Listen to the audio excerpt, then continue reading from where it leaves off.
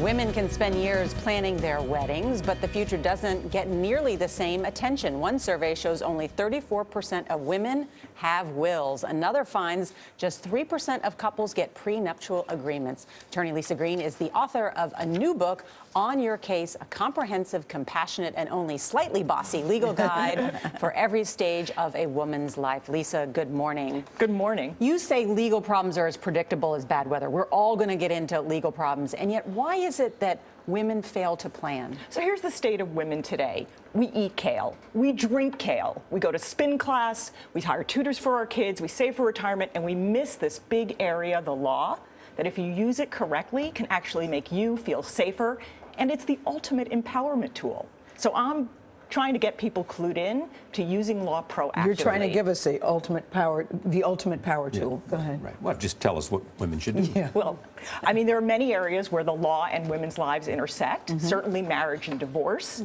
prenups, and something called a no-nup, which we can talk about. But beyond that, when you go to work, when you have kids, if your teen is arrested, if your parents are getting on in years and you want to protect them, these are all areas where a little bit of knowledge ahead can save you a lot of grief. I think it's interesting that you say prenups are an insurance for marriage. I mean, I don't have a prenup. That seems like the weirdest thing to think of when you're getting married to someone who you're fully in love with, to have a prenup. You know, it's not necessarily the case.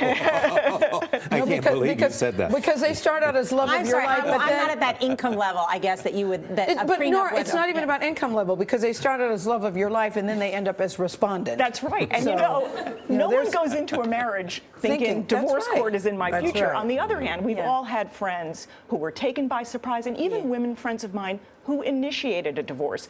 Go into it with wishful thinking. Yeah. Well, what's up ahead for me?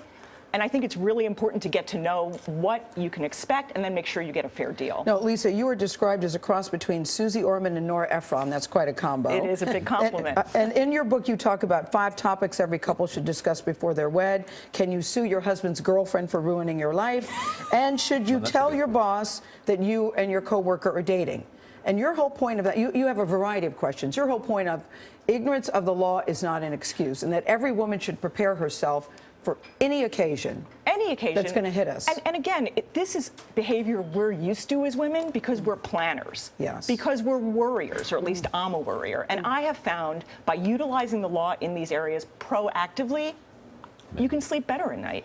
The biggest thing women come to you about is divorce. No People question always about come, it. shut the door and say, Shut the help. door, out come the tissues. Why? Whether, again, if they're initiating it or they find out their husband's left them, they just have no idea what to do. A good way to start: get on the web, look up your state court's website, plenty of free guidance. And look, if you and your ex get along well enough, you can try to do it yourself. But even if you can't, you at least have a sense of what you're entitled to under the law. Know your rights. Really great advice. Thank you, Lisa. Pleasure.